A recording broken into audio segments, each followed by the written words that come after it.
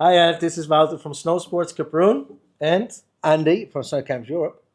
welcome back again for the next podcast. What is the next podcast? We talk today a little bit about the weather and some tips and tricks for each condition of the weather. Really, So weatherproofing your day. that is correct. Weatherproofing your day. Yes, And what we're going to very talk well about? said. We're going to talk about blue sky sunshine. No, we're talking about crappy weather, Oh, fog, Wind. wind, flat light, Okay. hail, Yeah. rain. No, we're Rain. not talking about hail and We rain. had some rain yesterday. We had some rain yesterday. So wind. What we're going to do then? Stay lower in the resort. The higher you go, the more windy it is. Probably the lifts are going to close. So stay a bit lower where there's trees. Yeah, it's a bit of a tree line. Of Decent course, clothing. your clothing. Yeah, Ideally, windproof clothing. correct. It's going to save you getting cold.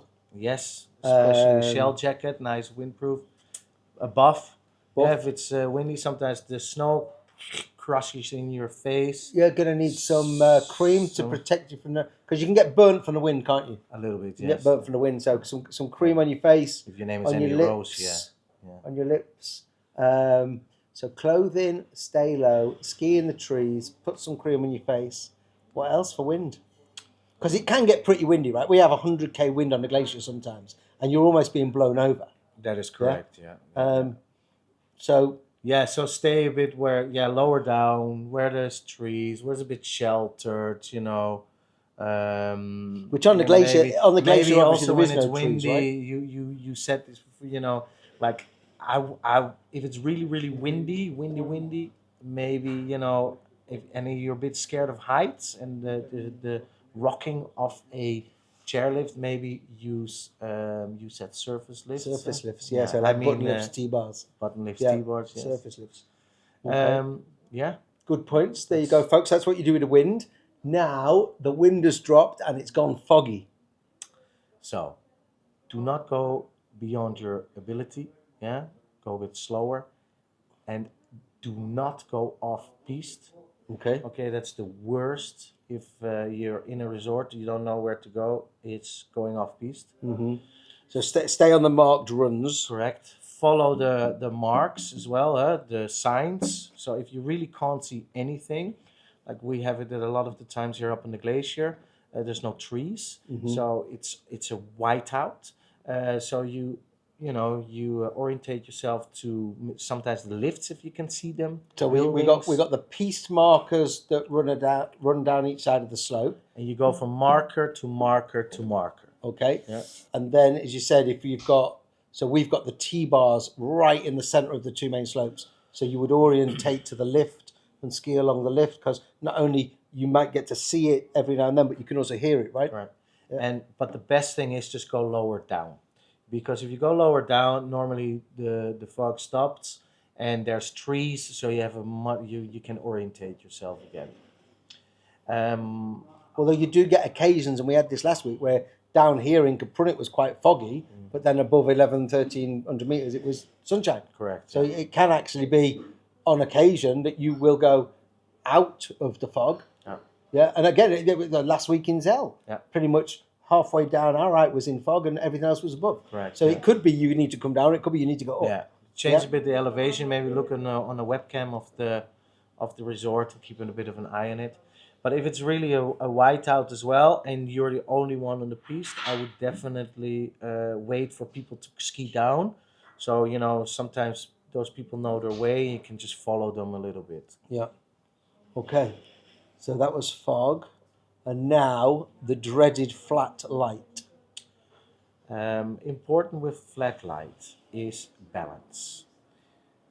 So find a little bit the balance on your becoming outside foot.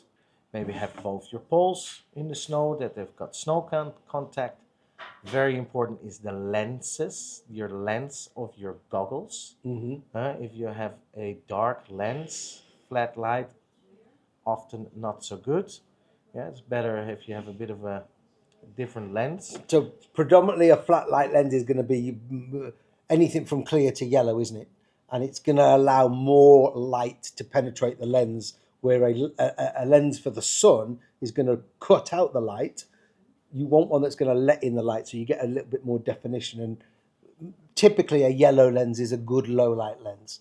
Correct, but if lots of people don't have different lenses. So good goggles. You've got some good brands.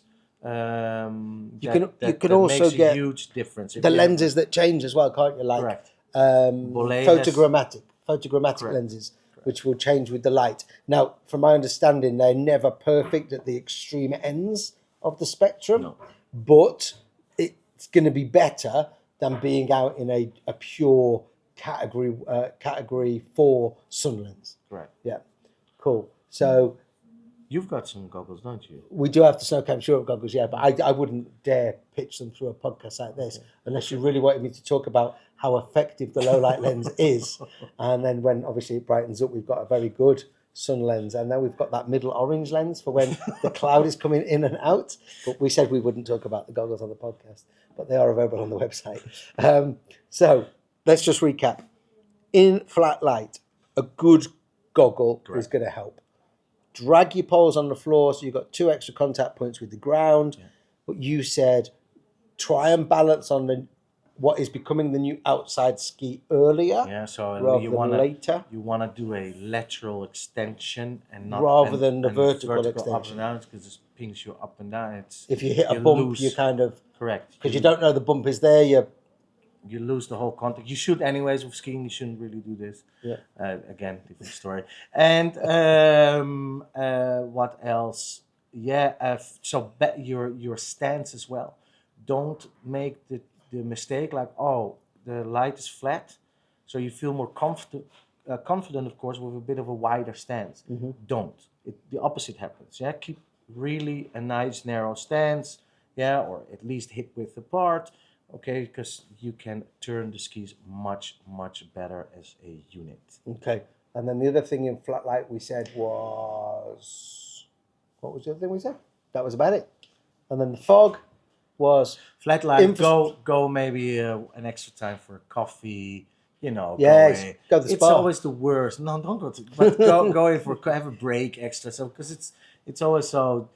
flat light is not always the nicest to ski in. Okay. And then just go back over the fog. We had follow the piste markings, listen out for the lifts, follow the lifts, don't venture off piste. Correct. Don't go off piste. And what else did you say? What, in the fog? For fog? You could either get out the fog by going up or by going down, check the webcams, check and see what's best. Change the elevation of where you are. And then the wind, your clothing, your cream. Maybe a buff. Yeah, maybe again go lower to get out of the wind, stay within the trees. Yeah. And use surface lifts. Correct. Yeah. There we go. So, a short but very informative, helpful podcast from Wouter from Snow Sports Capron. And Andy from... I forgot. No. The goggle company.